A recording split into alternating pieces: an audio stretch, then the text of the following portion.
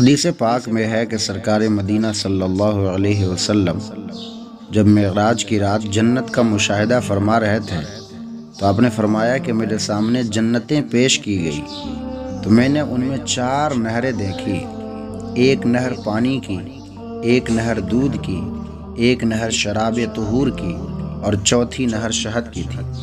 میں نے جبریل سے ان نہروں کے متعلق پوچھا کہ آخر یہ نہریں آتی کہاں سے ہیں اور جاتی کہاں کو ہیں؟ حضرت جبریل علیہ السلام نے عرض کیا، یا رسول اللہ، جاتی تو یہ نہر حوض کوثر میں ہے، لیکن یہ مجھے معلوم نہیں کہ آخر یہ آتی کہاں سے ہے۔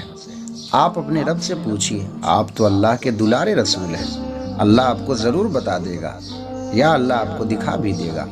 حضور انور صلی اللہ علیہ وسلم نے اپنے رب سے التجا کی، دعا فرمائی تو رب تعالیٰ نے آپ کی طرف ایک فرشتہ بھیجا۔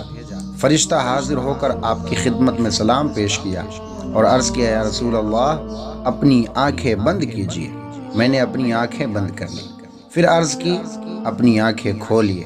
میں نے جب اپنی آنکھیں کھولی تو دیکھا میرے سامنے ایک درخت ہے جو سفید موتی کا ایک قبہ معلوم ہوتا ہے۔ اس کا ایک مقفل دروازہ سونے کا تھا اور وہ اتنا وسیع تھا کہ اگر دنیا کے جن و انسان جمع ہو کر اس پر بیٹھے تو ایسے معلوم ہوں گے جیسے بڑے سے پہاڑ پر چند پرندے بیٹھے ہوئے۔ بس میں نے ان نہروں کو دیکھا کہ وہ اس قبہ کے نیچے سے آ رہی ہے۔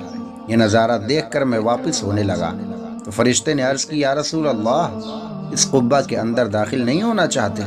میں نے کہا کہ میں اس میں داخل کیسے ہوں؟ اس پر تو تالا لگا ہوا ہے اور اس کی چابی یعنی کنجی بھی میرے پاس نہیں ہے۔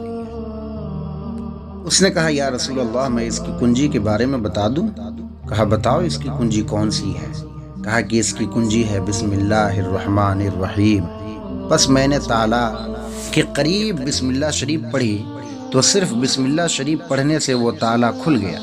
پھر میں اس قبہ کے اندر داخل ہوا تو دیکھا کہ 4 نہریں اس قبہ کے 4 ستونوں سے جاری ہو رہی ہیں اور ان 4 ستونوں پر بسم اللہ الرحمن الرحیم لکھا ہوا ہے۔ میں نے غور سے دیکھا تو پانی کے نہر پر بسم اللہ شریف کی میم اور دودھ کی نہر پر اللہ کی ہا اور شراب طہور کی نہر پر رحمان کی میم اور شہد کی نہر پر رحیم کی میم ہے۔ اب مجھے معلوم ہوا کہ یہ 4 نہروں کا منبع بسم اللہ شریف ہے۔